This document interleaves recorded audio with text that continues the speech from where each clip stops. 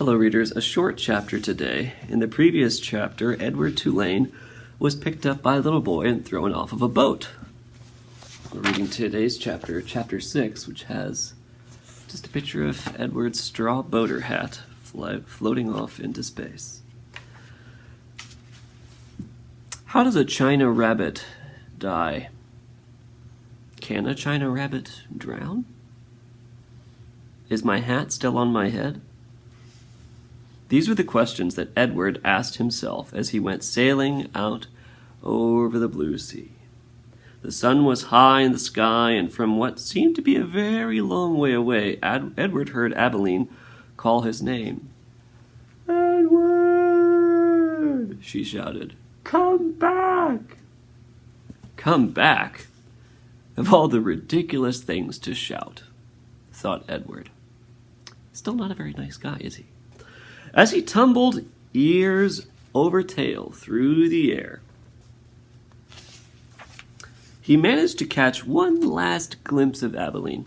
She was standing on the deck of the ship, holding onto the railing with one hand. In her other hand was a lamp. No, it was a ball of fire.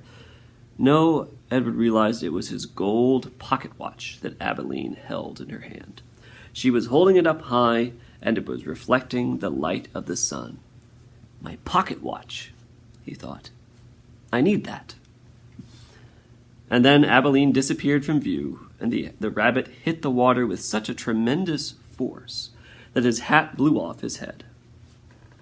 That answers that question, thought Edward, as he watched the hat dance away on the wind. And then he began to sink. He sank and sank and sank. He kept his eyes open the whole time, not because he was brave, but because he had no choice. His painted-on eyes witnessed the blue water turning to green and then to blue again. They watched it as it finally became black as night. Edward went down and down. It's turning black as night. Does that mean that the sun is going away and it's becoming night? It's part of your background knowledge that you might not know. As you go down farther and farther into the ocean, it gets darker and darker. The sun's light cannot make it through all of the layers of water. So farther and farther down, it actually becomes completely black. You can't see anything, even during the daytime when the sun is shining. So Edward went down and down. He said to himself, if I'm going to drown, certainly I would have done so by now. Far above him, the ocean liner with Abilene aboard it sailed blithely on, and the China rabbit landed finally on the ocean floor face down, and there, with his head in the muck, he experienced his first genuine and true emotion. Edward Tulane was afraid. So here you can actually see the colors of the water change as it gets deeper and deeper, and you can see down here it's getting darker. And here's the ocean liner sailing blithely on, happily on, as if not a care in the world to any of the people aboard.